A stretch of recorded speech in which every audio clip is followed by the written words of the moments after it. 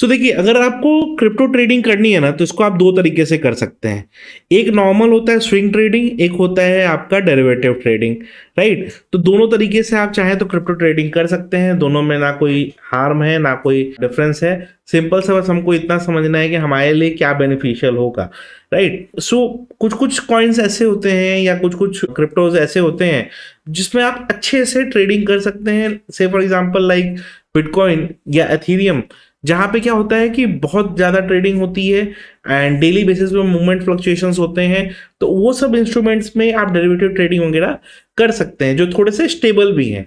But कुछ कुछ ऐसे कॉइन्स होते हैं जहाँ पे क्या है ना कि आपको स्विंग ट्रेडिंग का पोजीशन अगर आप बनाएंगे तो ज़्यादा बेटर होता है, जिसको हम जनरली ऑल्ट कॉइन्स भी बोलते हैं। ऑल्ट कॉइन्स में क्या है कि लिक्विडिटी बहुत ज़्यादा नहीं होती है, बिकॉज उसका सप्लाई एक्सपोनेंशियल या बहुत ज़्यादा नहीं होता है। तो उस केस में क्या करना होता है हम लोग को, उस केस में हमको ये करना होता है कि थोड़ा सा लिमिट करके रखना पड़ता है। लिमिट करके रखना पड़ता है एज इन कि हम उसको डेरिवेटिव में जबरदस्ती पोजीशन नहीं बना लेते हैं एंड हम ज़्यादा पोजीशंस नहीं क्रिएट करते हैं, हम कम पोजीशंस ही रखते हैं, सो दैट क्या हो कि हमारा ज़्यादा दिक्कत ना हो, राइट। यानी कि उसमें बहुत ज़्यादा मूवमेंट नहीं हो, उसमें बहुत ज़्यादा फ्लक्चुएशंस नहीं हो, वो सब ट्रबल हमको फेस ना करना पड़े, तो हम वो चीज़ कर लेते हैं।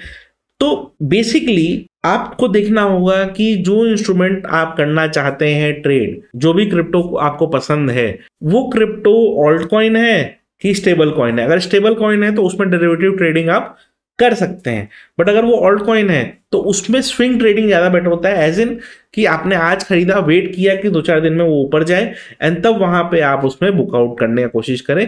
क्योंकि स्विंग ट्रेडिंग करने से क्या है, 2-3 दिन आप पोजीशंस रख पाएंगे एंड उसके बाद आपको जब लगे मूवमेंट आ गया तो आप बुक कर लगेंगे। लेकिन जो स्टेबल कॉइन्स हैं उसमें डेली एक डिसेंट मूवमेंट होता है, उस डिसेंट मूवमेंट के हिसाब से आप प्लान करके अपने ट्रेडिंग को कर सकते हैं। तो दोनों चीजें आपके लिए अवेलेबल है, आपको जो अच्छा लगे वो करना चाहिए। लेकिन जैसा मैंने बताया, कुछ कुछ चीजों में स्विंग ट्रेडिंग ज्यादा बेटर होती है। प्लस जब क्रिप्टोज बुल रन में रहते हैं ना, तो स्विंग ट्रेडिंग में रिवॉर्ड बहुत अच्छा मिल जाता है।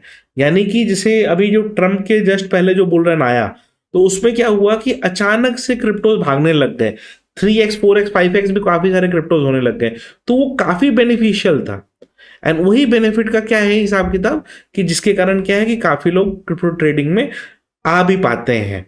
एंड उसी लिए आपको भी चूज करना पड़ेगा एंड आपको भी जज करना पड़ेगा।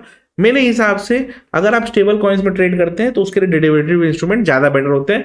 तो चलिए अब देखते हैं हम लोग कि डेरिवेटिव इंस्ट्रूमेंट्स अगर ट्रेड करना हो तो क्या क्या चीजों को देखना होगा। बाकी स्विंग ट्रेडिंग अगर आपको करना है तो वो बाई एंड होल्ड वाला हिसाब होता है।